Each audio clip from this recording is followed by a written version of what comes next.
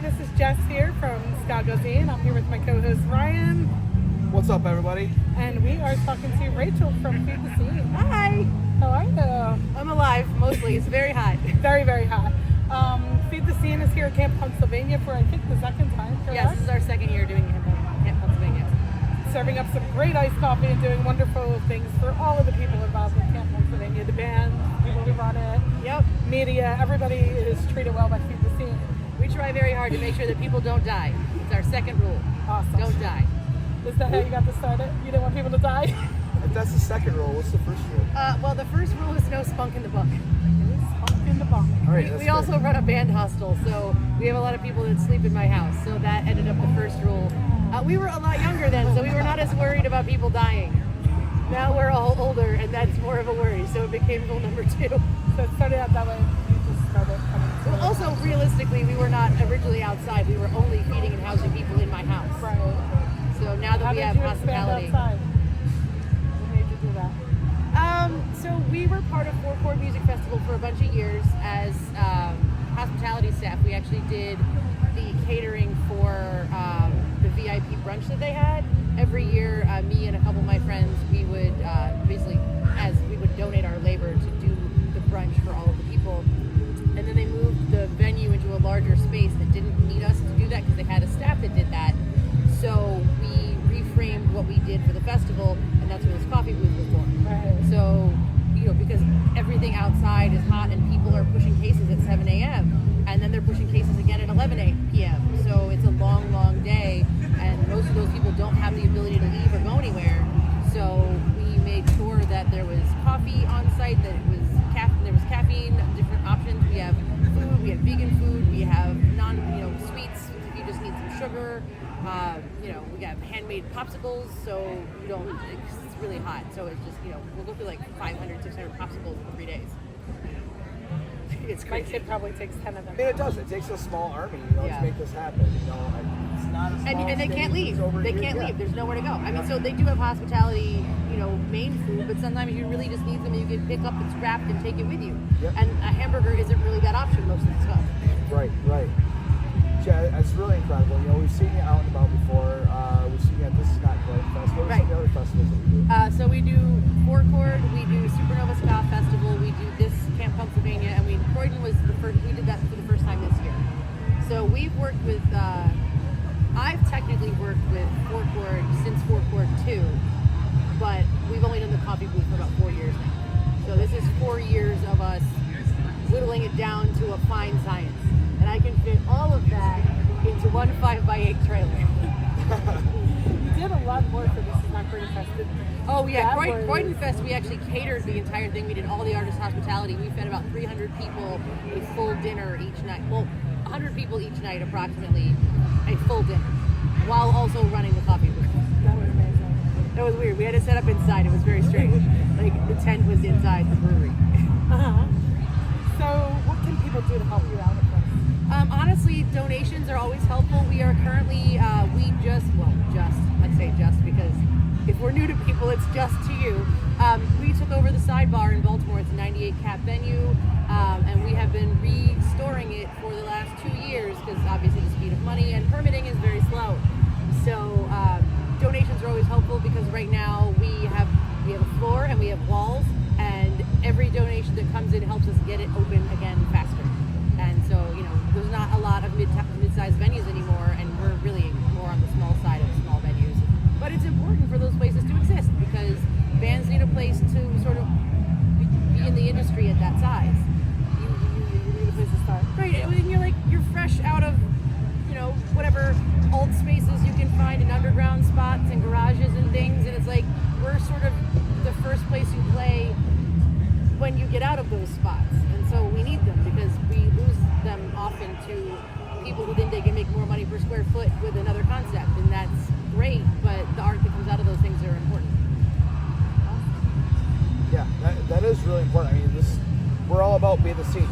This is why we do this. We want to support the bands. We want to make sure everybody's recognized. What you do for everybody, behind the scenes is awesome. But I've been working on something along those lines, and I'll bring it up in a lot of our interviews. But those spaces are really important. Yeah. because you never know where people are going to get their start. Right. Who's in the audience, how they're going to get their hype, what video is going to go viral, these days, and they need that type of recognition. Well, and sometimes it's just learning how to be in the industry, like how to talk to a talent buyer, how to learn how to ask to get paid at the end of the night. If you don't know if that's happening, like not everyone knows how to do that. How to load in correctly, how not to be a dick to the rest of the people, how to only use the reasonable amount of merch area that you should for everyone participating. Like, no one comes into spaces automatically knowing those things. You have to learn them somewhere. So, it's our little teaching hospital of a venue. That's really awesome. Come learn how to be in the music industry here. So you'll be doing that in Baltimore. You'll still be going around with Feed the Scene. What can people do who want to have Feed the Scene come out to them? How do they get you? Well, if your festival wants us to come to a coffee booth, you would have to email us, and we would have to figure out what that looks like and how far away you are and what time of year that would be. Because some of that is just dependent upon whether we can get people together to do it. But I mean, mostly on the East Coast. Yeah, I mean, we just had someone ask us about a Houston festival, so I'm figuring out how that would work, because I have to drive to it, so it's like a 2-day drive each direction. And that's not free. No, it's not. So, figuring out the cost of stuff. And realistically, we do donate a portion of our, cost to, the festival, because we want people to be safe and healthy and alive. So, it's not like we're like, pay us $1 billion and we'll show up with all of our food. Because also, we like to be here, It's no place I would rather be. It's either in your blood or it's not. Like, I'm 44, and I am not getting any younger, and I am still here. Are you excited to see it tonight? Well, our friends from War on Women are playing tonight, which is awesome, because they're our local Baltimore buddies, which is awesome. We're here also for Hans Gruber the Diehards, and I just went and saw Hell Beach. Okay.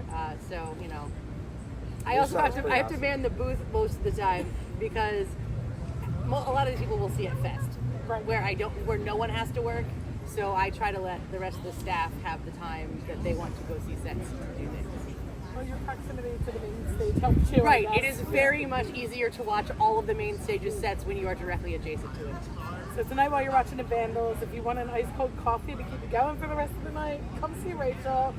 Throw in a donation so you can help bring back the sidebar. Absolutely. And I mean, all of it goes like, it buys laundry detergent and toilet paper for the house. Like, we housed over 1,600 bands from 29 different countries over the last 13 years.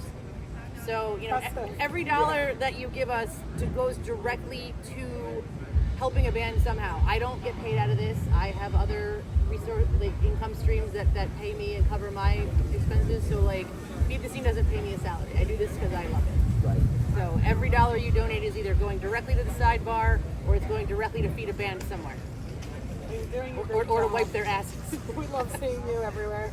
Can I ask a really unfair question? Sure, 100%. What's your favorite festival to go to do this at? Well, so my favorite festival is always going to be Fest in Gainesville, because I don't have to work it more than 2 hours. We do a giveaway at Fest every year during registration, and it takes about 2 hours to shove out 500 giveaways, and then I don't have to do anything else other than literally just attend the festival. But I love all the festivals that we work are different, and I love all of them for different reasons. Four Chord, just because we've been part of that family for fucking ever. This place is neat because the atmosphere is so very chill. Everyone is family, everyone's down to earth. Supernova is very the energy is so chill. I love Supernova. It's right on the beach, right on the water. We get the wind coming up off the waves, which is really cool. So what are you going to do this year with Four Chord and Supernova in the same weekend? I haven't figured that out. I haven't either. Technically, I will probably be at Four Chord only because we were an original part of that. But I'm trying to work on having a modified setup with Supernova, because it's also weird just to not be there. Right. When they told me, when Four Chord announced their dates, I was like, what? Oh no, oh no, oh no, oh no. And it's not that big of an overlap probably for a lot of each other's patrons. But for me, it's a huge problem. I really want to be in both places, and I'm going to be really sad that I'm not. We all need clones. I know. Yeah.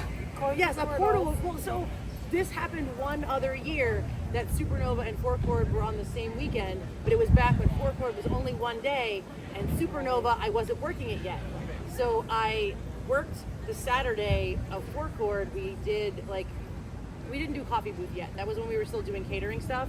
So we catered the whole thing, or the 350 people we had to cater for that morning, went to the festival, and then I got up in the morning Sunday and I flew from Pittsburgh to Norfolk, and someone picked me up at the airport, and then I did the Sunday of Supernova.